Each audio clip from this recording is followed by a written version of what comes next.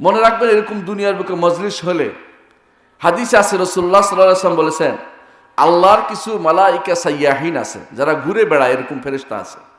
ওদের কাজই হলো এরকম মজলিসগুলোতে আসে, এসে তারা ডানা বিছিয়ে রাখে। কি করে? ডানা বিছিয়ে রাখে। আপনি দেখতে পান না তাদের ডানা, এক একটা ডানা কত বড় আপনি কল্পনা করতে পারবেন না। রাসূলুল্লাহ সাল্লাল্লাহু আলাইহি ওয়াসাল্লাম জিবরিলের ডানা দেখেছিলেন। কত ডানা? কয়টি ডানা? হ্যাঁ, 600 ডানা।